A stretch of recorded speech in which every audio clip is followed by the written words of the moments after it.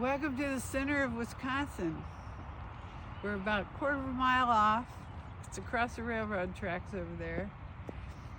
We're gonna go do our TM-Cities program with flying and come right back to you with the results of doing our program on the Brahmasthan of Wisconsin.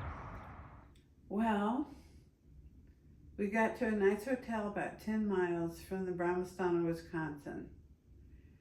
I've noticed that the Brahmastans, especially in the Midwest, are kind of in the middle of a lot of difficult places without roads to go there. And so you're a little, a few hundred yards or a quarter of a mile from the Brahmasthan on the side of the road. There's no real activity.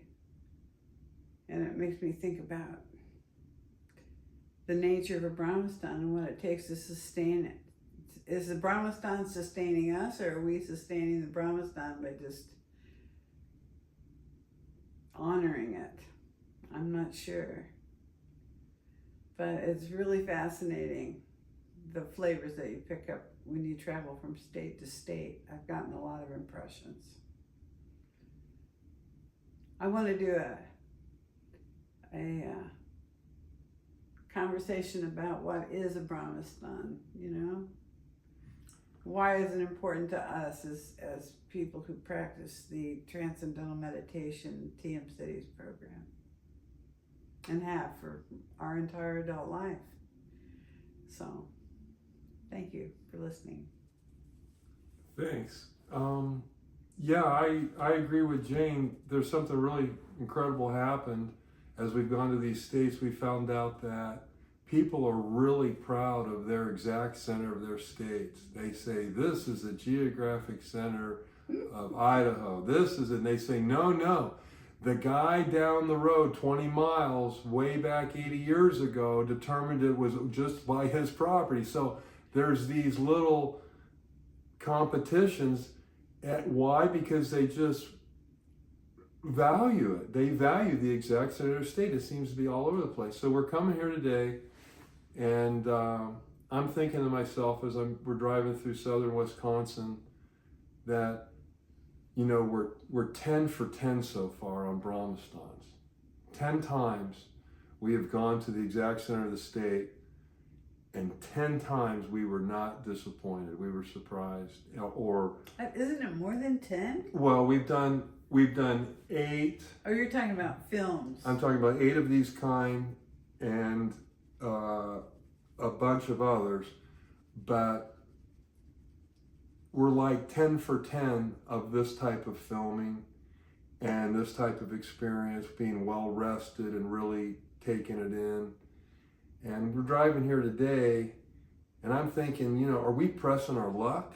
I mean, what if we don't like it? What if we're crazy? Going from state to state. Maybe this is in our head or something. But no, it happened again. When we got here, it was about 10 or 15 miles out. I looked at Jane and I said, I'm starting to feel that settled soft, like you're going down an elevator and you're like underwater. You're going down an elevator and you're like underwater. You're going down like that. And the whole area. That would be scary. Well, the whole area seems to be under that reality. It's very moist and green up here. It's amazing. But it's really squared away too, from what we can see. Yeah, so I'm impressed. The people were very nice. So we go into my program, and I enjoyed it from top to bottom.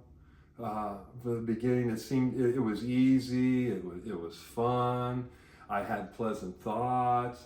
I was thinking of how kind the people were as we came into the hotel. They seemed to be a little bit more outgoing naturally, a little bit more on their balance and the way they live, like it's integrated into their consciousness somehow, being in the center of the domain.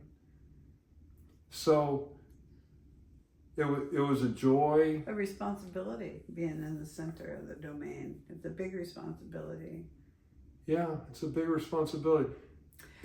very powerful, yes. Well, I had something I was going to say. I Yeah. thought that I had. There's a huge hospital on the way to our hotel that we went by. Enormous. But it wasn't a particularly high rise, so maybe that's why it was spread out so much. Maybe that's why. But I'm curious about that hospital, and I'm wondering what it treats.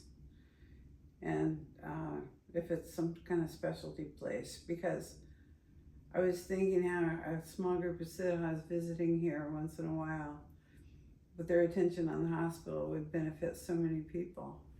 That's a thought that I had. Well, yeah, a practical application of our research into the consciousness of the Brahmastans of the states.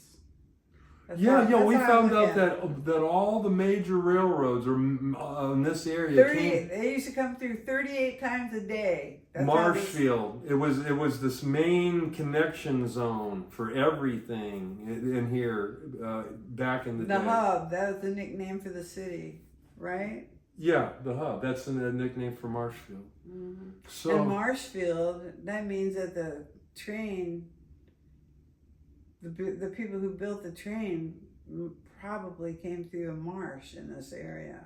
Or they came to this area because of a marsh that they couldn't cross. Be interesting to study the history on that too. Well, anyway, we're digressing. So the bottom line is these places are really powerful. And we have not been disappointed one time. We have not been disappointed one time. It's not like the Brahmasthan of the United States where we spend a lot of the year. It's like a flavor. It's like a flavor. Each one has its own personality, its own way of expressing itself and being coherently. So we just had a great time. Thank you very much.